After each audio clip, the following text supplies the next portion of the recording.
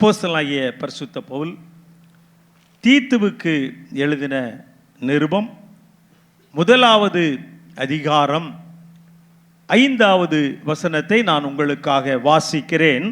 தீத்து 1ஆம் அதிகாரம் 5வது வசனம். நீ குறைவாய் இருக்கிறவைகளை ஒழுங்குபடுத்தும்படிக்கு உன்னை கிரேத்தா தீவிலே விட்டு வந்தேன். நீ குறைவாய் இருக்கிறவைகளை ஒழுங்குபடுத்தும்படிக்கு உன்னை கிரேத்தா தீவிலே விட்டு வந்தேன். ஒரு நிமிடம் கண்களை மூடி அன்பு அப்பா நம்மோடு கூட பேசும்படியாக அவரை நாம் நோக்கி பார்ப்போம். அன்பின் பரலோக பிதாவே, உம்முடைய சத்திய வேத வசனங்களுக்காக நாங்கள் உமக்கு நன்றி சொல்லுகிறோம். ஆண்டவரே, இந்த சமயத்திலே உம்முடைய வார்த்தையின் மூலமாக என்னோடும் எங்களோடும் பேசும். நாங்கள் கேட்க கீழ்ப்படிய நன்மைகளை சுதந்திரித்துக் கொள்ள கிருபை தாரும். இயேசுவின் நாமத்திலே தாழ்மையோடு கேட்கிறோம் பிதாவே, ஆமென். வேத புத்தகத்தில் குறிப்பாக புதிய ஏற்பாட்டிலே அப்போஸ்தலனாகிய பரிசுத்த பவுல் எழுதின 13 நிருபங்களை நாம் புதிய ஏற்பாட்டின் புத்தகத்திலே பார்க்கிறோம். இந்த 13 நிருபங்களில் ஒன்று இந்த தீத்து என்ற ஒரு ஊழியக்காரனுக்கு, பவுலோடு கூட இணைந்து ஊழியம் செய்தவருக்கு தனிப்பட்ட முறையிலே எழுதுகிற ஒரு கடிதமாக, நிருபமாக இதை நாம் பார்க்கிறோம். வேதத்திலே நாம் வாசிக்கும் பொழுது ஒரு அதிகாரம் மாத்திரம் உள்ள புத்தகங்கள் இருக்கின்றன. பழைய ஏற்பாட்டிலே ஒபதியா என்ற புத்தகம், புதிய ஏற்பாட்டிலே பிலமோன், 2 யோவான், 3 யோவான், யூதா ஆகிய 4 புத்தகங்கள். மொத்தம் வேதத்திலே ஒரு அதிகாரம் மாத்திரம் உடைய புத்தகங்கள் 5 புத்தகங்களை நாம் பார்க்கிறோம். அதுபோல 3 அதிகாரங்கள் உடைய புத்தகங்களை நாம் பார்க்கிறோம். 3 அதிகாரங்கள் மாத்திரமுடைய 7 புத்தகங்கள் வேதத்திலே இருக்கிறது. பழைய ஏற்பாட்டிலே யோவேல் தீர்க்க தரிசன புஸ்தகம், நாகும் தீர்க்க தரிசன புஸ்தகம், ஆபகுக் தீர்க்க தரிசன புஸ்தகம், செப்பனியா தீர்க்க தரிசன புஸ்தகம். புதிய ஏற்பாட்டிலே 2 தெசலோனிக்கேயர், 2 பேதுரு, தீத்து ஆகிய நிருபங்கள் 3 அதிகாரங்களை மாத்திரம் அடக்கிய நிருபங்களாக நாம் வேதத்திலே நாம் பார்க்கிறோம்.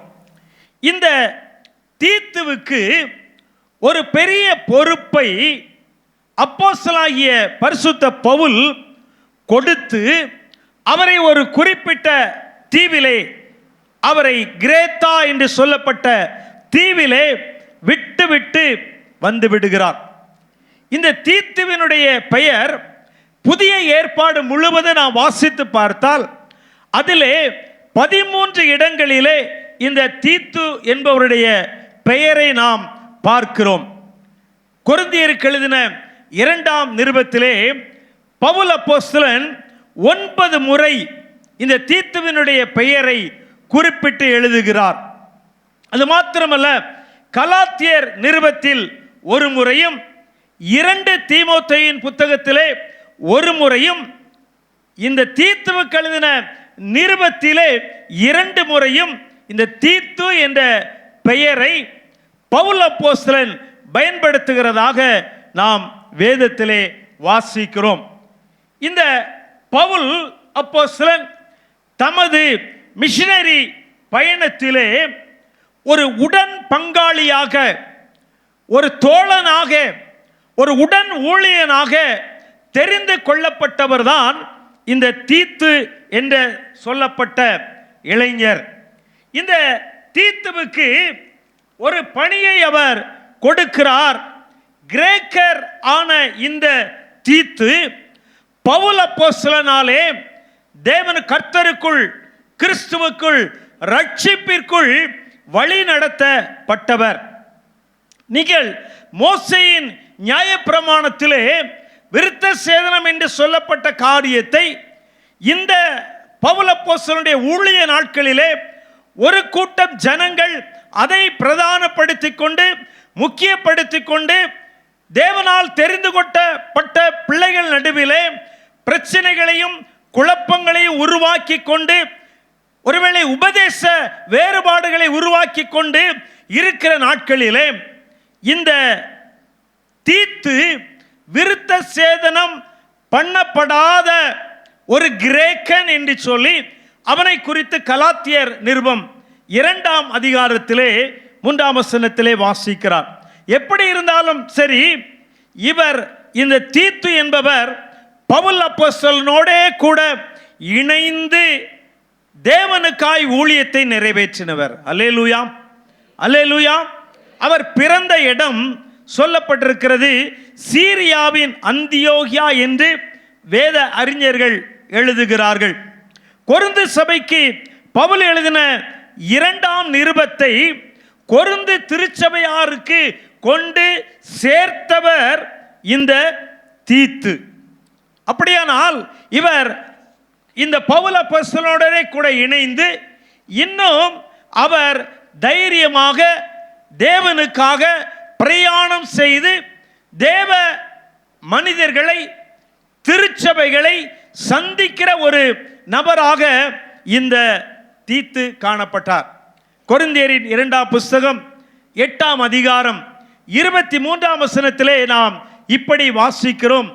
தீத்து எனக்கு கூட்டாளி அல்லது என் உடன் வேலையாள் என்று எழுதுகிறார். இந்த தீத்துடன் அங்கே பவுல் அப்போஸ்தலன் இந்த கிரேத்தா என்று சொல்லப்பட்ட தீவிலே தங்கி இருக்கிறார். அவர்கள் இருவரும் தான் ஊழியத்தை நிறைவேற்றும்படி இந்த தீவிற்கு செல்லுகிறார்கள். பவுல் அப்போஸ்தலன் சில நாட்கள் அங்கே தங்கி இருக்கிறார். அப்படியானால் இந்த கிரேத்தா தீவு அது எங்கே இருக்கிறது, அதனுடைய சிறப்பு என்ன, அதனுடைய காரியங்கள் என்ன என்பதை நாம் சற்று புரிந்து கொண்டால் நாம் கற்றுக்கொள்ளப் போகிற மற்ற காரியங்களுக்கு அது பயனுள்ளதாக இருக்கும். இந்த கிரேத்தா தீவு மத்திய தரைக்கடலின் பகுதியிலே அமைந்துள்ள அநேக தீவுகளிலே 5வது பெரிய தீவு இந்த கிரேத்தா தீவு. இதனுடைய நீளம் 250 கிலோமீட்டர் என்றும் அகலம் 50 கிலோமீட்டர் என்றும் ஒருவேளை பூகோள ஆராய்ச்சியாளர்கள் சொல்லுகிறார்கள். இந்த இடம் கிரீஸ் பட்டணத்திலிருந்து சுமார் 100க்கு மேற்பட்ட கிலோமீட்டர் தொலைவிலே அமைந்திருந்தது. இந்த கிரேத்தா தீவிலே அங்கே மலைகள் அதிகமாகவும் அநேக சின்ன சின்ன துறைமுகங்கள் உள்ளதாகவும் அந்த தீவு காணப்பட்டது. மிகவும் அழகான ஒரு தீவு. நீங்கள் பழைய ஏற்பாட்டின் புத்தகத்திலே இங்கே ஒரு தாவீதினுடைய படை வீரரிலே ஒரு குழுவினர் அவர்கள் கிரேத்தியர் ஆவார் என்று எழுதப்பட்டிருக்கிறது. சாமுவேலின் 2ஆம் புஸ்தகம் 20ஆம் அதிகாரம் 7ஆம் வசனத்திலே கிரேத்தியர் என்று எழுதப்பட்டிருக்கிறது. அப்போஸ்தலர் நடவடிக்கைகளின் புஸ்தகத்திலே கூட நம்ம வாசிக்கிறோம்.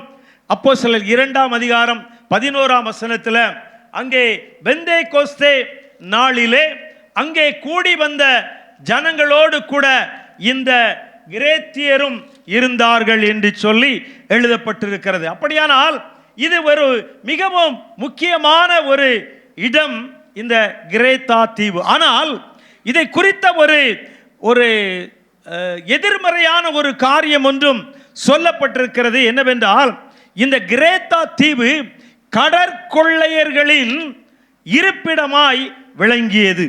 கடற்கொள்ளையர்கள் தங்கி இருக்கிற ஒரு இடமாக இந்த கிரேத்தா தீவு அமைந்திருக்கிறது. கிறிஸ்துவுக்கு பின் 67வது ஆண்டிலே இதை ரோம ஆட்சிக்குள்ளே போம்பி என்ற ஒரு மன்னன் அரசன் ரோமருடைய ஆதிக்கத்திற்குள் ஆட்சிக்குள் இந்த கிரேத்தா தீவை அவர் கொண்டு வந்தார். அப்படியானால் இந்த கிரேக்கர்கள் அவர்கள் ரோம ஆட்சிக்குள்ளே இருந்தார்கள். ஆனால் அவர்கள் மூலமாக சுவிசேஷம் எடுத்து செல்லப்பட்டது. இந்த பட்டணத்திற்கு சுவிசேஷம் கடந்து வந்தது. ரோம் பட்டணத்திலே முதலாவது சிறையிருப்பிலே அப்போஸ்தலனாகிய பரிசுத்த பவுல் இருக்கும் பொழுது இந்த தீவிற்கு சென்றதாக, அதற்கு பின்பதாக இங்கே இந்த தீத்துவை அவர் இந்த தீவிலே விட்டு வந்து சில பணிகளை நிறைவேற்றும் பொறுப்பை இந்த தீத்துவுக்கு கொடுத்தார். அல்லேலூயா, அல்லேலூயா. தீத்துவுக்கு சில பொறுப்புகள் கொடுக்கப்பட்டிருந்தது. இந்த தீத்துவுக்கு என்னென்ன பொறுப்புகள் எல்லாம் கொடுக்கப்பட்டிருந்தது என்று சொல்லி நாம் அங்கிருந்த ஜனங்களுடைய நிலைமை எப்படிப்பட்டதாக இருந்தது, இந்த தீத்து அதை சீர்படுத்தும்படியாக அங்கே பவுல் அப்போஸ்தலனால் அவர் அங்கே அவருக்கு சில காரியங்கள் அவராலே சொல்லப்பட்டது. கிரேத்தா தீவிலே உன்னை விட்டு வந்தேனே, நீ குறைவாயிருக்கிறவைகளை ஒழுங்குபடுத்தும்படியாக என்று அவர் எழுதுகிறார். தீத்து கொரிந்தியர்களோடு இருந்த காலத்திலே அவருக்கு அங்கே ஒரு பொறுப்பு கொடுக்கப்பட்டது.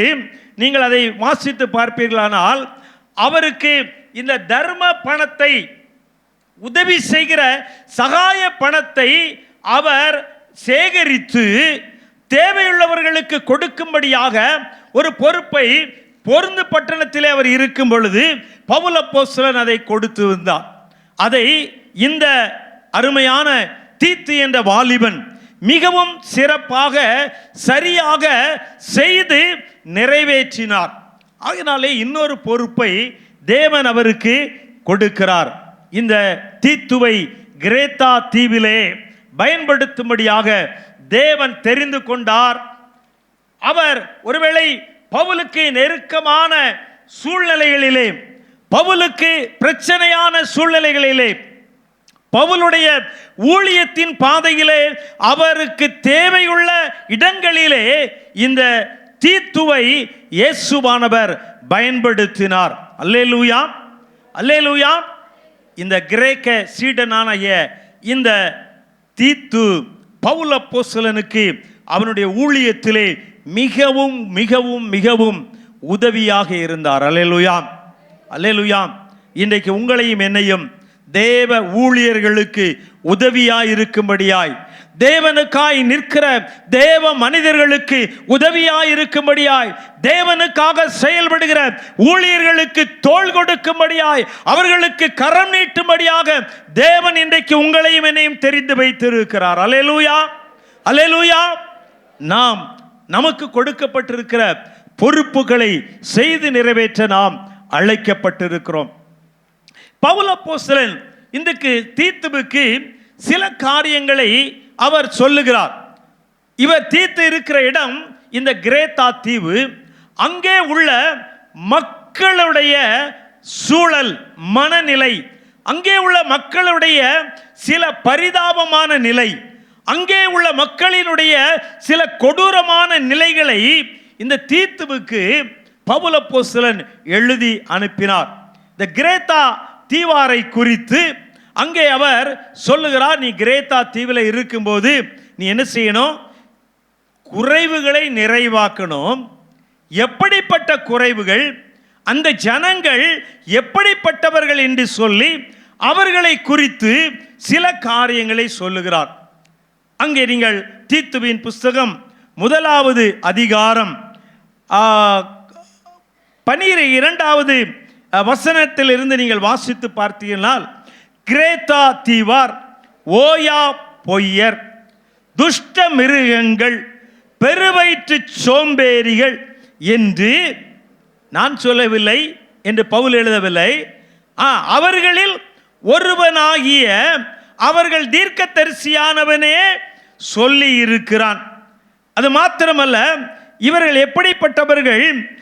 அவர்கள் இழிவான ஆதாயத்துக்காக தகாதவைகளை உபதேசிக்கிற அந்த மக்களை கேட்கிற மக்கள், அந்த வார்த்தைகளுக்கு செவி கொடுக்கிற மக்கள். இன்னும் அநேக காரியங்கள் எழுதி கொண்டு போகிறார். நான் 1-2 காரியங்கள் கிரேத்தா தீவிலே இருந்த மக்களுடைய சூழலை குறித்து நான் சொல்ல விரும்புகிறேன். இவர்கள் கட்டுக்கதைகளுக்கு செவி கொடுக்கிறவர்கள், இவர்கள் சத்தியத்தை விட்டு விலகுகிறவர்கள், இவர்கள் கற்பனைக்கு செவி கொடுக்காதவர்கள் என்று சொல்லியும் இவர்களை குறித்து எழுதப்பட்டிருக்கிறது. முதலாவதாக இங்கே அவர்களை குறித்து சொல்லப்பட்ட காரியம், கிரேத்தா தீவார், ஓயா பொய்யர். அந்த மக்கள் மத்தியில் தான் யார் நின்று ஊழியம் செய்ய வேண்டியது இருந்தது? தீத்து நின்று ஊழியம் செய்ய வேண்டியிருந்தது. பொய்யை பேசுகிற மக்கள் மத்தியிலே இந்த தீத்து நின்று ஊழியம் செய்கிறார். நீங்கள் வேதத்திலே நாம் வாசிக்கிறோம், பொய் சொன்ன அப்போஸ்தலரிடத்திலே நேரடியாக பொய் சொன்ன மக்களை குறித்து அப்போஸ்தலர் நடவடிக்கைகள் புஸ்தகம் 5ஆம் அதிகாரத்திலே நாம் வாசிக்கிறோம். அனைவருக்கு நமக்கு தெரியும், அனனியா சப்பிராள் என்று சொல்லப்பட்ட இருவர். இவர்கள் தேவ ஊழியத்திற்கு உடனிருந்து ஒருவேளை அப்போஸ்தலர்களுக்கு உதவி செய்யும்படியாக, அப்போஸ்தலர்களுடைய ஊழியத்தை தாங்கும்படியாகத்தான் முன் வருகிறார்கள். ஆனால் அவருடைய வாழ்க்கையிலே ஒரு முழுமையான அர்ப்பணிப்பு இல்லை. அவர்களுடைய வாழ்க்கையிலே குறிப்பாக கொடுத்தலிலே அவர்களுக்குள்ளே ஒரு உண்மை இல்லை. ஆகையினாலே தான் பேதுரு அப்போஸ்தலனுடைய பாதத்திலே இந்த அனனியா கொண்டு வந்து தன்னுடைய எல்லா நிலத்தையும் அவன் விற்று அவன் என்ன செய்கிறான்? ஒரு காரியம் செய்கிறான், ஒரு பங்கை வஞ்சித்து வைத்துக் கொள்ளுகிறான். அருமையான தேவனுடைய பிள்ளைகளே, தேவனுக்கென்று சொல்லி எல்லாம் அர்ப்பணிக்கப்பட்டு விட்டது. தேவ ஊழியத்திற்கென்று அவன் எல்லாவற்றையும் கொடுத்துவிட குடும்பமாய் அனனியாவும் சப்பிராளும் தீர்மானித்தார்கள். ஆனால் அவர்களுக்குள்ளே இன்னொரு ஒரு மனம் இருந்தது. தங்களுக்கென்று ஒரு பங்கை வஞ்சித்து வைத்துக் கொள்ள வேண்டும் என்று. அநேக வேளையிலே நம்முடைய வாழ்க்கையிலும் கர்த்தருக்கென்று முழுமையாய் அர்ப்பணிக்கப்பட்டதிலே ஒரு பங்கை நாம் வஞ்சித்து வைத்துக் கொள்கிறவர்களாய் இருப்போம். ஒருவேளை அவர்கள் அங்கே விற்ற பணத்தை கொண்டு வந்து வைத்தார்கள். நம்முடைய வாழ்க்கையில் ஒருவேளை பொருளாதாரம், பணம் மாத்திரமல்ல, அநேக காரியங்களிலே சில பங்கை ஆண்டவருக்கென்று கொடுக்க வேண்டியதை கொடுக்காமல், ஆண்டவருக்கென்று அர்ப்பணிக்க வேண்டியதை அர்ப்பணிக்காமல், ஆண்டவருக்கென்று இன்னும் முழுமையாய் நாம் தேவ சமூகத்திலே வைத்துவிட வேண்டியவைகளை இன்னும் வைத்து விடாமல் நமக்கென்று சிலதை நாம் இன்னும் பற்றி கொண்டிருக்கிறோம். இன்றைக்கு வேதவசனம் நமக்கு சொல்லுகிறது, நாம் இவைகளில் இருந்து வெளியே வர வேண்டும். இதற்கு ஒரு எச்சரிப்பாகத்தான் இந்த பேதுரு அப்போஸ்தலனுக்கு முன்பதாக நின்ற அனனியா சப்பிரா என்பவர்கள், இவர்கள் ஒருவேளை அந்நாட்களிலே ஒன்றும் சொல்லவில்லை, பேதுரு எதுவும் சொல்லவில்லை, அவர்களை சபிக்கவில்லை. நீ மனுஷரிடத்தில் அல்ல தேவனிடத்தில் பொய் சொன்னாய், அவ்வளவுதான் சொல்றார். அனனியா இந்த வார்த்தைகளை கேட்டபோது என்ன செய்கிறான்? விழுந்து ஜீவனை விடுகிறான். இது தேவனுடைய வார்த்தை என்ற அந்த சத்தத்தை கேட்டவுடனே அனனியாவினுடைய வாழ்க்கையே முடிந்து விடுகிறது.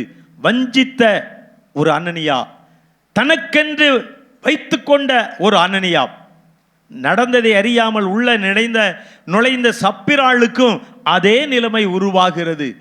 நீங்க பாருங்க, அங்கே சபையோர் எல்லாரும் இவைகளை கேள்விப்பட்ட மற்ற யாவருக்கும் மிகுந்த பயம் உண்டாயிற்று என்று 5ஆம் அதிகாரம் 11ஆம் வசனத்திலே அப்போஸ்தலர் நடவடிக்கைகள் புஸ்தகத்திலே நாம் வாசிக்கிறோம். அருமையானவர்களே, இப்படிப்பட்ட ஒருவேளை அந்நாட்களிலே தேவனுக்கு விரோதமாக செயல்பட்ட, தேவனுக்கென்று கொடுக்க வேண்டியதை கொடுக்காமல் அல்லது தேவனுக்கென்று கொடுத்ததை வஞ்சித்து வைத்திருந்தவருடைய வாழ்க்கையிலே இப்படிப்பட்ட காரியங்கள் எல்லாம் 1ஆம் நூற்றாண்டிலே நடைபெற்றது. இன்றைக்கு அப்படிப்பட்ட காரியங்கள் எல்லாம் ஒருவேளை இந்த உலகத்தில் நடக்கல. ஆகையினாலே தான் மக்கள் துணிகரம் கொள்ளுகிறவர்களாக இருக்கிறார்கள். ஆகையினாலே பொய் பேசுகிறதற்கு துணிகரம் கொள்ளுகிற மக்களாக நாம காணப்படுகிறார்கள் அநேகர். வேதத்திலே நாம் வாசிக்கிறோம். பொய் பேசுகிறவர்கள், நம்ம எல்லாருக்கும் நல்லா ஒரு வசனம் தெரியும், பொய் பேசுகிறவர்களை வாயெல்லாம் அடைக்கப்படும் என்று. பொய் பேசுகிறவர்களை கர்த்தர் நீர் அழித்து போடுவீர் என்று சொல்லி சங்கீதம் 5ஆம் அதிகாரம் 6ஆம் வசனத்தில் வாசிக்கிறோம். பொய் உதடுகளை எல்லாம் கர்த்தர் கட்டி போடுவார் என்று சொல்லப்பட்டிருக்கிறது. பொய் உதடுகள் எல்லாம் கர்த்தருக்கு அருவருப்பானவைகள் என்று சொல்லப்பட்டிருக்கிறது. நீதிமொழிகளின் புஸ்தகம் 12ஆம் அதிகாரம் 22ஆம் வசனத்தில் பொய் பேசுகிறவன் ஆக்கினைக்கு தப்பவே மாட்டான் என்று நீதிமொழிகள் 19:5 நாம் வாசிக்கிறோம். அருமையானவர்களே, வெளிப்படுத்தல் புத்தகத்தை வரைக்கும் இருக்குது. பொய்யர் அனைவரும் 2ஆம் மரணமாகிய அக்கினியும் கந்தகமும் எரிகிற கடலிலே பங்கடைவார்கள். வெளிப்படுத்தல் 21ஆம் அதிகாரம் 8ஆம் வசனத்தில். அருமையானவர்களே, இந்த இப்படிப்பட்ட ஜனங்களை அவன் சீர்திருத்தும்படியாக, இப்படிப்பட்ட ஜனங்களை அவன் சரி செய்யும்படியாக, இவருடைய இந்த குறைவை எல்லாம் நிறைவாக்கும்படியாக தீத்துவை பவுல் அப்போஸ்தலன் அங்கே விட்டு வந்ததை நாம் வேதத்திலே வாசிக்கிறோம். அல்லேலூயா, அல்லேலூயா. அப்படிப்பட்ட மக்கள் மத்தியில் தான் தீத்து ஊழியம் செய்தார். அப்படிப்பட்ட மக்கள் மத்தியில் தீத்து நின்று கொண்டு இருந்தார். அப்போ அவருடைய நிலைமை எப்படி இருக்கும் என்று நாம் சற்று யூகித்துக் கொள்வோம். கர்த்தர் அவரையுமே பயன்படுத்தினார். இந்த கிரேத்தா தீவாரை பற்றி இன்னொரு வார்த்தை எழுதப்பட்டிருக்கிறது. தீத்து 1ஆம் அதிகாரம் 12ஆம் வசனத்திலேயே, இவர்கள் யார்? இவர்கள் துஷ்ட மிருகங்கள். துஷ்ட மிருகங்கள். அந்த ஜனங்களை சொல்லுகிறார். அவர்கள் யாரு? ஜனங்கள் அல்ல, துஷ்ட மிருகங்கள். அப்படின்னா என்ன பொருள்? துஷ்டத்தனமான மிருக குணம் உடைய ஜனங்கள் இந்த கிரேத்தா தீவிலே வாழ்ந்த ஜனங்கள். இந்த கிரேத்தா தீவிலே வாழ்ந்த ஜனங்களுடைய குணமெல்லாம் மிருக குணமாயிருந்தது, துஷ்டத்தனமாயிருந்தது. ஆகையினாலே இந்த துஷ்ட மிருகங்கள் மத்தியிலே கொண்டு இந்த தீத்துவை பவுல் அப்போஸ்தலன் விட்டு வந்திருக்கிறார். அவர் எவ்வளவு ஜாக்கிரதையாய் அவர் ஊழியம் செய்ய வேண்டும், இன்னும் எவ்வளவு அர்ப்பணிப்போடு ஊழியம் செய்ய வேண்டும், அவர் எவ்வளவு தேவனுடைய பாதுகாப்போடு ஊழியம் செய்ய வேண்டும் என்பதை இந்த தீத்து கற்றுக்கொள்ளும்படியாக பவுல் அப்போஸ்தலன் இந்த காரியத்தையும் அவருக்கு தெளிவுபடுத்துகிறார், எழுதி அனுப்புகிறார்.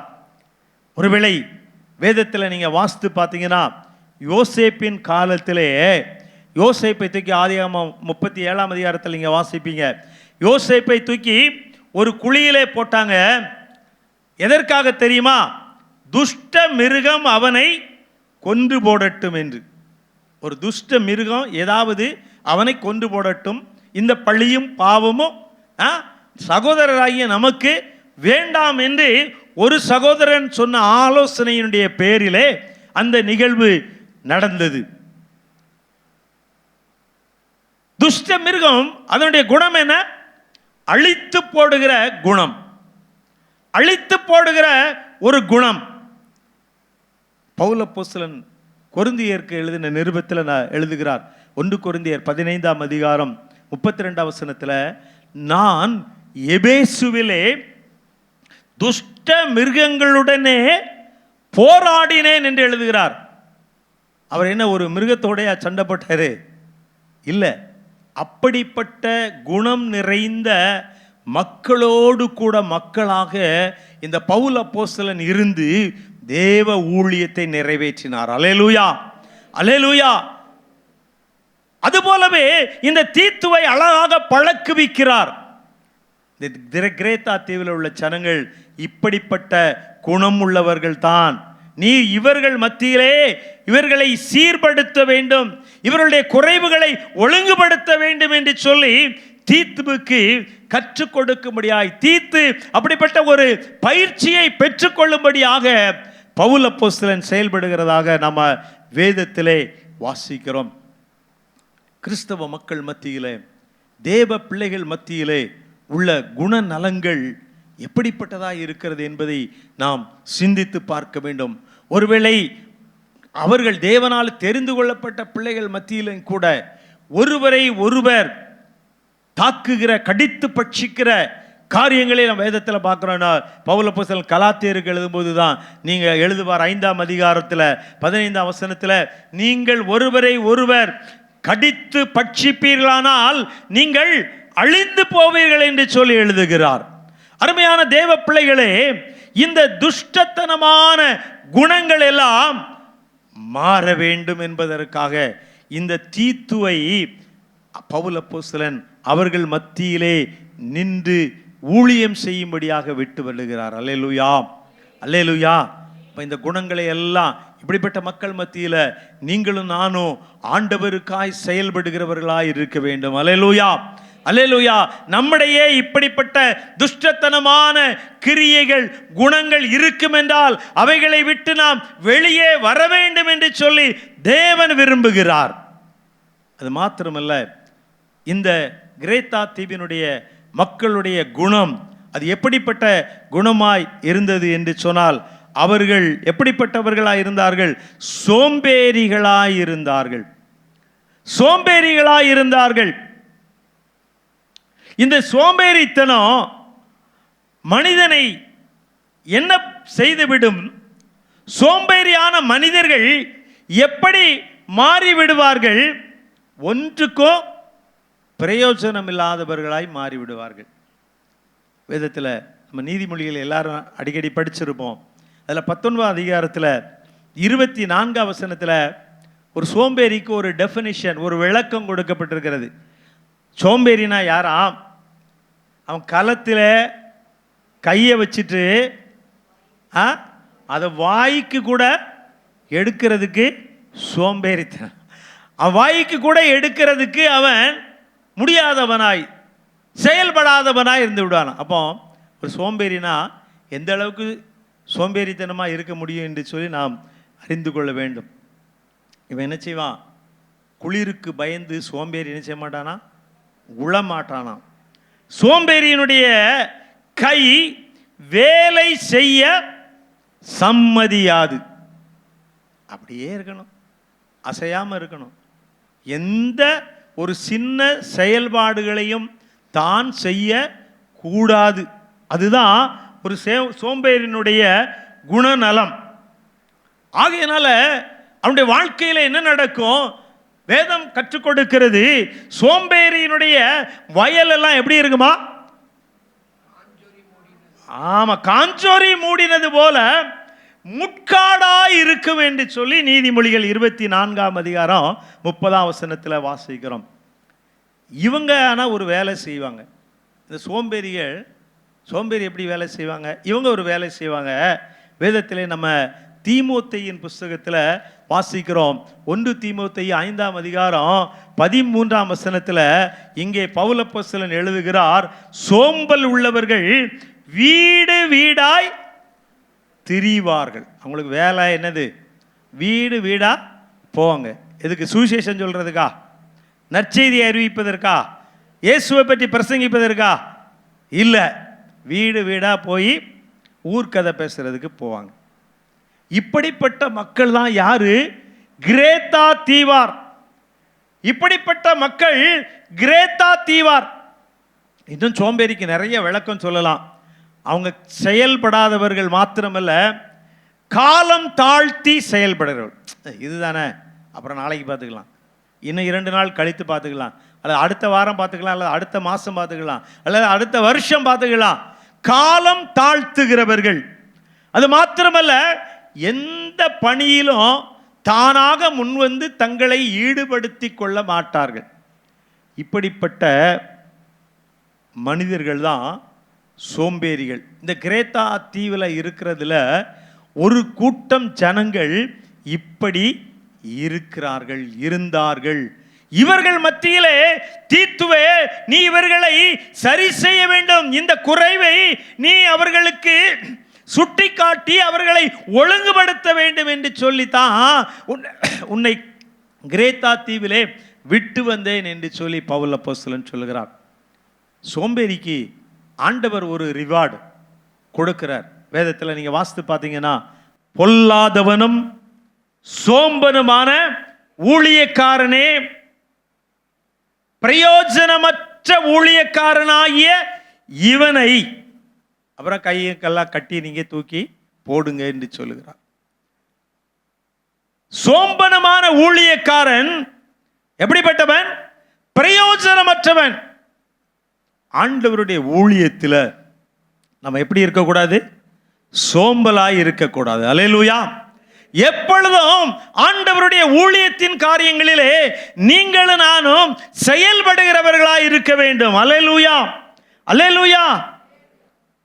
இங்க இருக்கிற ஒரு கூட்டம் ஜனங்கள், ஒன்றும் செய்யாமலே பொழுதை போக்கிக் கொண்டிருக்கிற ஜனங்கள், தேவையில்லாத காரியங்களை பேசிக்கொண்டிருக்கிற ஜனங்கள், தீத்துவே இவர்களை எல்லாம் நீ ஒழுங்குபடுத்தும்படியாய், இவர்களை எல்லாம் நீ சந்திக்கும்படியாய், இவர்களை எல்லாம் சோம்பலை நீக்கி சுறுசுறுப்புள்ள மனிதர்களாய் மாற்றும்படியாய், இவருடைய குறைவுகளை எல்லாம் நீ அவர்களுக்கு சொல்லி அவர்களை சந்திக்கும்படியாய் உன்னை விட்டு வந்திருக்கிறேன். இந்த காரியத்தை நீ செய்து நிறைவேற்று தீத்துவே என்று சொல்லி தீத்துவுக்கு பவுல் அப்போஸ்தலன் சொல்லி கொண்டு போகிறதை நாம் வேதத்திலே வாசிக்கிறோம். அருமையானவர்களே, நாம் எத்தனை காரியங்களில் நீங்களும் நானும் சோம்பல் உள்ளவர்களாக இருக்கிறோம்.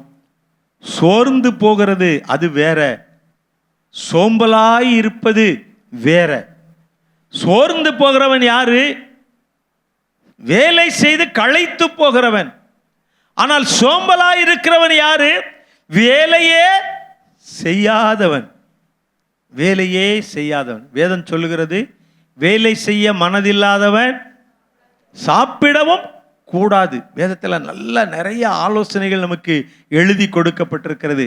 பவுல் அப்போஸ்தலன் இப்படிப்பட்ட தேவையில்லாத இப்படிப்பட்ட ஒரு மக்கள் கூட்டம் ரட்சிக்கப்பட வேண்டும் என்ற நோக்கத்தோடு கூட இங்கே தீத்துவுக்கு ஆலோசனை சொல்லுகிறார். அல்லேலூயா, அல்லேலூயா.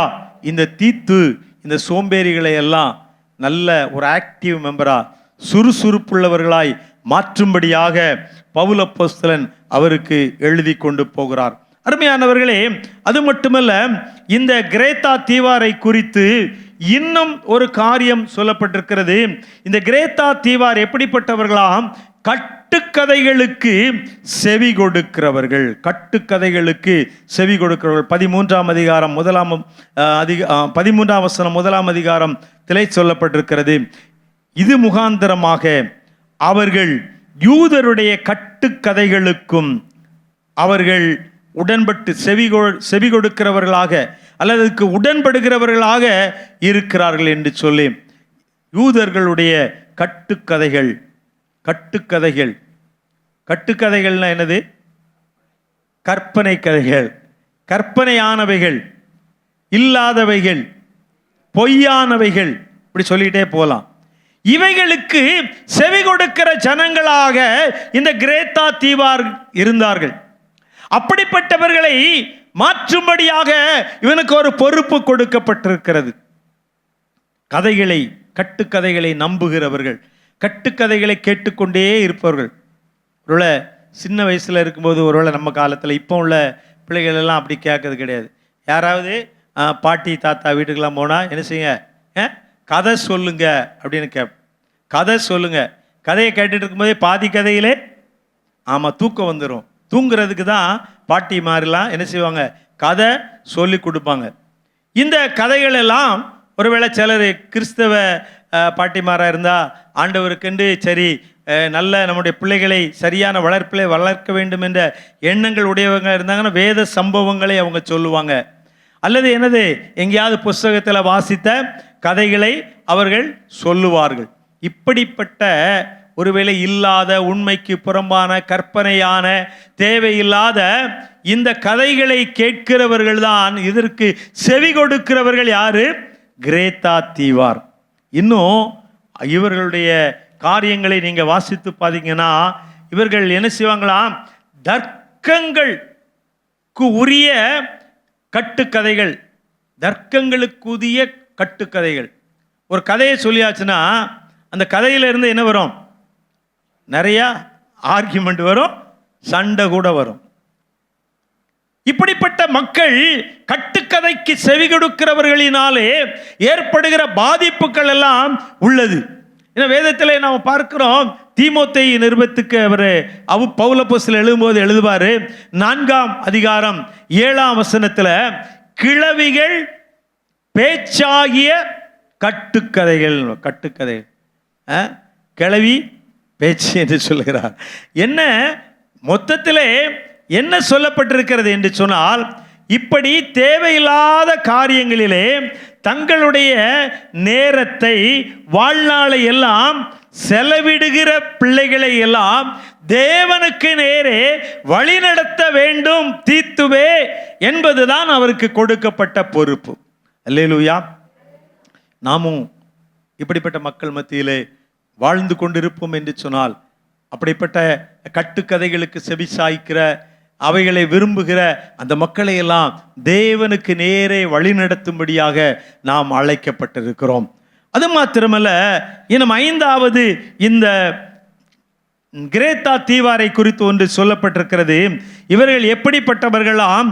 சத்தியத்தை விட்டு விலகுகிறவர்கள். சத்தியத்தை விட்டு விலகுகிறவர்கள். சத்தியத்தை விட்டு விலகுகிறவர்கள்.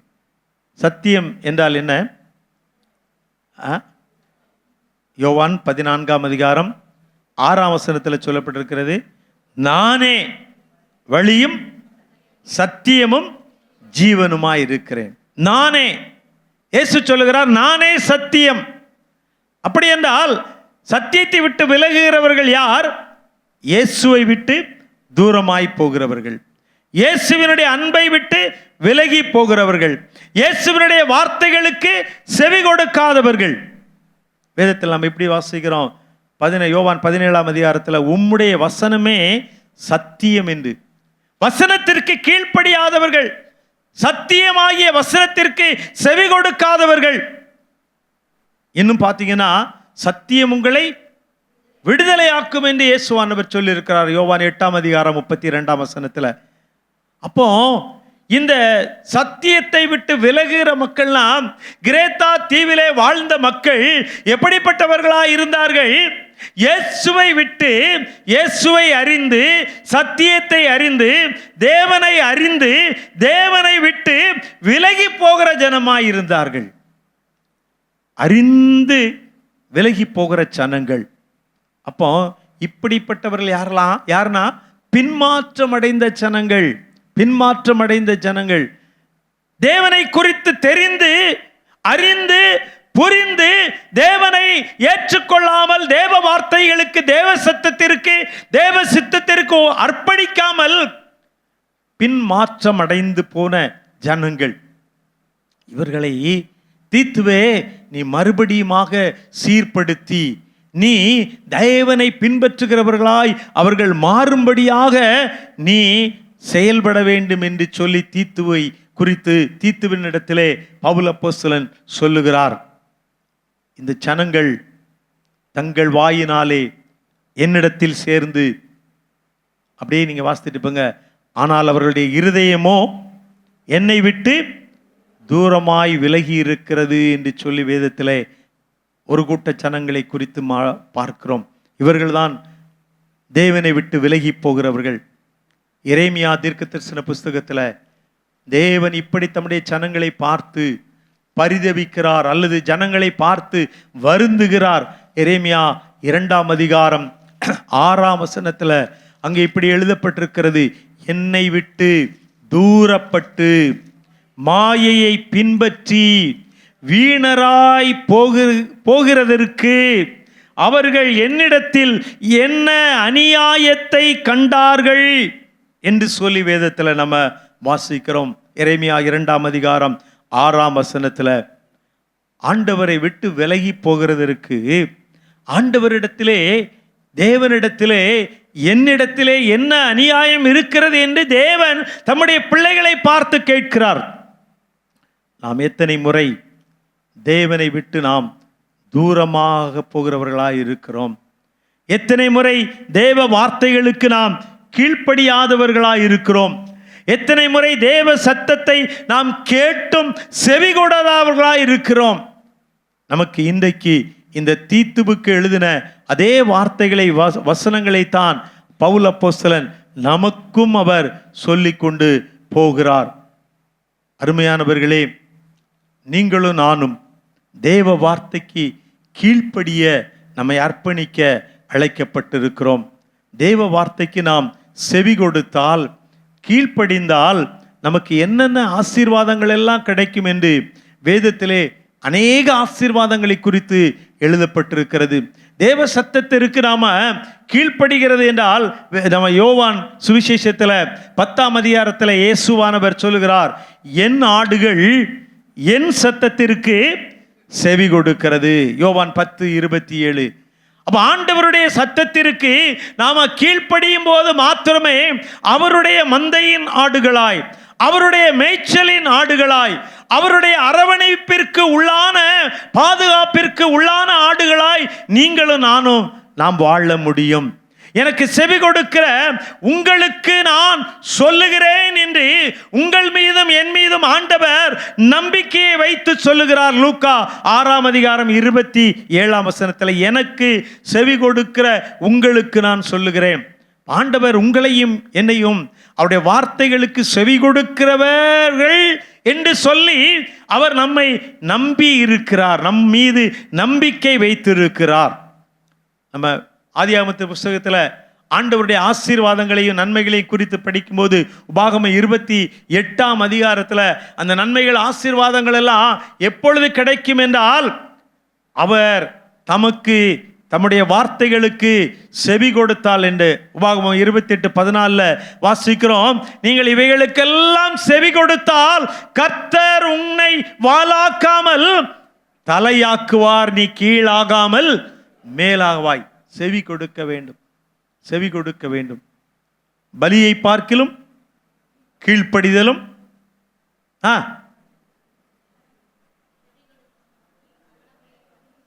செவி கொடுத்தலும் உத்தமம். செவி கொடுத்தல் உத்தமம்.